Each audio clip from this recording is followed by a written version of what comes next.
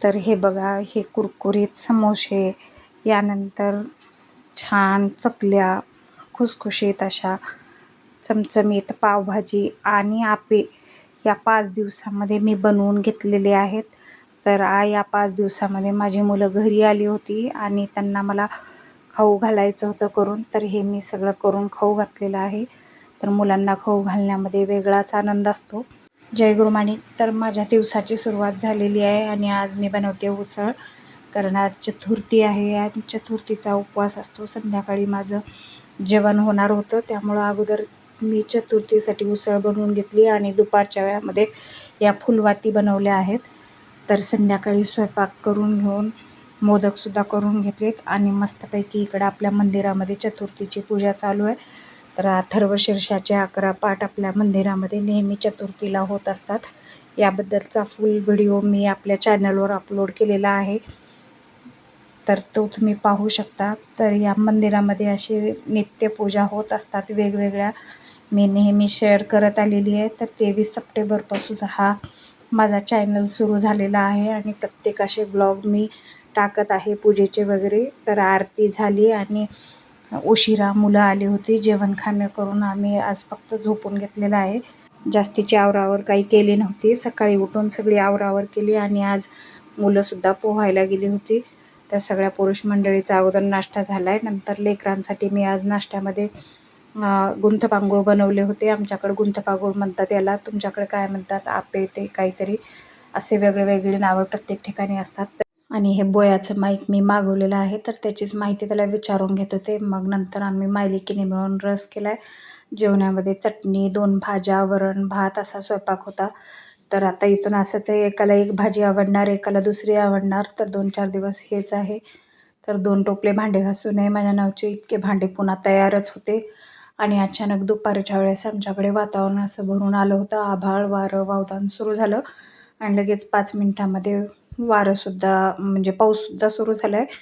आणि मग संध्याकाळच्या वेळेस मुलांनी भजन वगैरे करून दिवसाची सांगता केली. तर हा आहे 3ऱ्या दिवशीचा व्हिडिओ. तर सकाळी सकाळी मी नाश्त्यासाठी आता आज सुशिला बनवलेला आहे आणि इकडं आलूसुद्धा उकडायला ठेवले होते. तर सुशिला खाऊन आज सगळ्यांची इच्छा जेवायची कुणाची नाही. तर आज सगळ्यांनाच काही काही चटपटीत खायचं होतं. तर अगोदर सुशिला बनवला आणि मग नंतर मी करायला घेतलेले आहे समोसे. समोशाची साधी आपली चिंचेची चटणी केलेली आहे. तर चिंच रात्री भिजू घातली होती आणि आता सगळा पल्प काढून घेतला आहे चिंचेचा आणि मध्ये गूळ घालून असं शिजवून घेतले. चाट मसाला, धन्या जिऱ्याची पूड असं सगळं घालून मी चिंचेची चटणी तयार करून घेतली आहे. आणि इथं आता समोशासाठी पीठसुद्धा मळून घेतलं आहे आणि समोशामध्ये भरण्यासाठी मी मसाला करून घेतला आहे. अद्रक, लसूण, हिरवी मिरची पेस्ट असं सगळं काही वापरलं आहे. धन्या जिऱ्याची पूड असे सगळे बेसिक मसाले घालून मसाला तयार करून थंड करून घेतला आहे. आणि आता हा समोसा भरण्यासाठी मी करते. मला काही फार विशेष असा आला नाही, म्हणजे हॉटेलसारखा कुणाला येत नाही, पण घरच्या घरी आपण खाल्लेलं ते वेगळं असतं घरी करून खाल्लेलं. तर त्याच्यासाठी मी करत आहे. आणि थोडंसं माझं इथं पीठही पातळ झालं होतं, नंतर मी त्यामध्ये थोडं पीठ अजून घालून मळून घेतले. तर अशा पद्धतीनं मी हे समोसे करून घेतलेले आहेत. तर बाहेर बाहेर जाऊन खाणं खूप सोपं आहे, पण घरीही प्रोसेस करायला जवळपास माझा अर्धा दिवस गेलेला आहे. मुलांना खाऊ घालणं होतं, पण आपल्यालासुद्धा भरपूर कष्ट लागतात. भरपूर भरपूर भरपूर असा स्टॅमिना ठेवावा लागतो कुठली गोष्ट लेकरांसाठी करायची म्हणजे. आणि आता ह्या पद्धतीनं मी समोसे सर्व केलेले आहेत. तर हिला विचारलं आहे मी अगोदर कशी झाली चटणी काय नाही. तसं मुलांना समोसे कॅचअपसोबतच खायचे होते, पण हिचा आग्रह होता समोसे चटणी कर म्हणून. तर हिच्यासाठी समोशाची चटणी केली आहे. आणि नंतर आम्ही तयार होऊन सराफा बाजारामध्ये आलो होतो. खूप दिवसापासून झालं रुदूला चैन घ्यायची होती, तर ते मागे पडत होतं प्रत्येक वेळेस, तिला वेळ मिळत नव्हता. तर यावेळेस तिला चैन घ्यायची होती म्हणून नाजूक चैन तिला पाहिजे होती. जवळपास बऱ्याच चैनी पाहिल्यानंतर तिनं सिलेक्ट केली आहे. तर आपल्याला बायकांना ह्या कुठेही खरेदीला जाऊ द्या, खूप वेळ लागतो. आमचा जवळपास इथं 1 ते 1.5 तास इथं गेलेला आहे चैनी पाहण्यासाठी.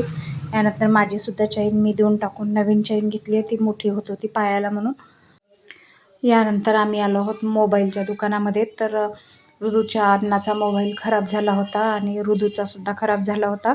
तर त्याच्यासाठी आम्हाला 2 मोबाईल घ्यायचे होते आणि हा कोणता चांगला काय नाही या सिलेक्ट करून तर हा मोबाईल घेत होतो आम्ही.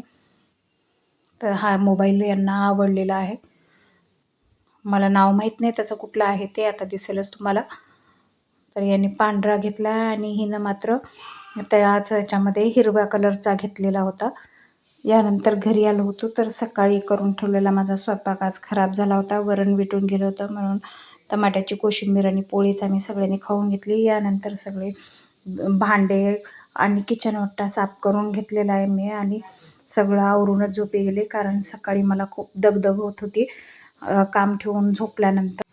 आज मुलं येऊन आता 4 दिवस झाले होते. तर आज सकाळी सकाळी मी अशी बीपीची गोळी आणि ॲसिडिटीची गोळी घेऊन माझ्या दिवसाची सुरुवात करते आणि चहा घेतला आहे आता करून. तर अगोदर सकाळी मीच उठले होते. आज शेवटचा दिवस असल्यामुळं थोडं लेकरं उशिराच उठणार होते.